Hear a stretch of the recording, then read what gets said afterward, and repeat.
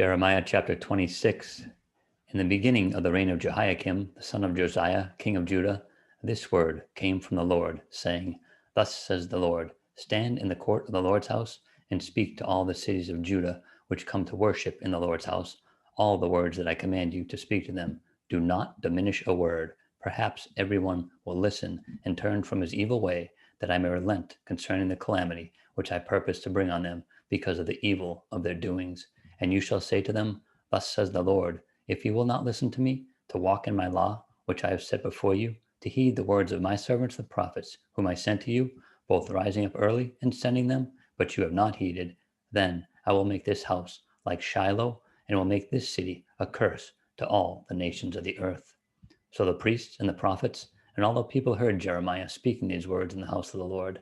Now it happened, when Jeremiah had made an end of speaking all that the Lord had commanded him to speak to all the people, that the priests and the prophets and all the people seized him, saying, You will surely die. Why have you prophesied in the name of the Lord, saying, This house shall be like Shiloh, and this city shall be desolate, without an inhabitant?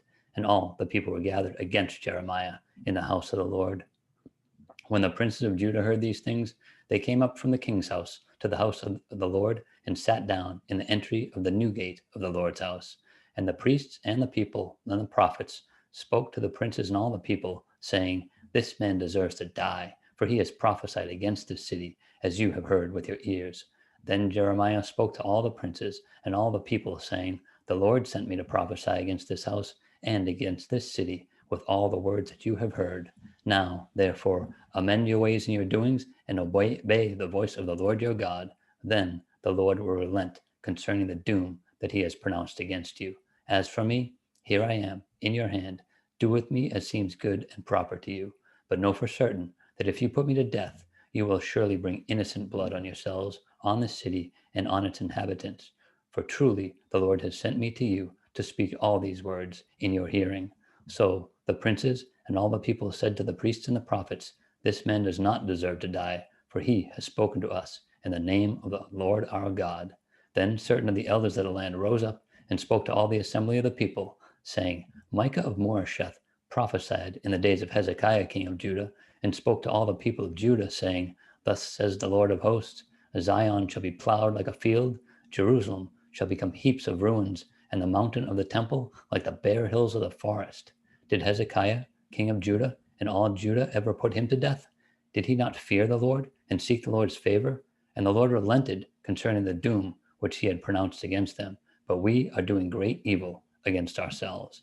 Now there was also a man who prophesied in the name of the Lord, Erijah, the son of Shemaiah of Kirjath-jearim, who prophesied against this city and against this land, according to all the words of Jeremiah. And when Jehoiakim the king, with all his mighty men and all the princes, heard his words, the king sought to put him to death. But when Uriah heard it, he was afraid and fled and went to Egypt.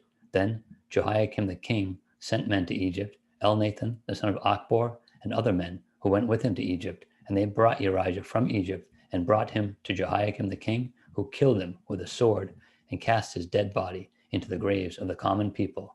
Nevertheless, the hand of Ahikam the son of Shaphan was with Jeremiah, so that they should not give him into the hand of the people to put him to death.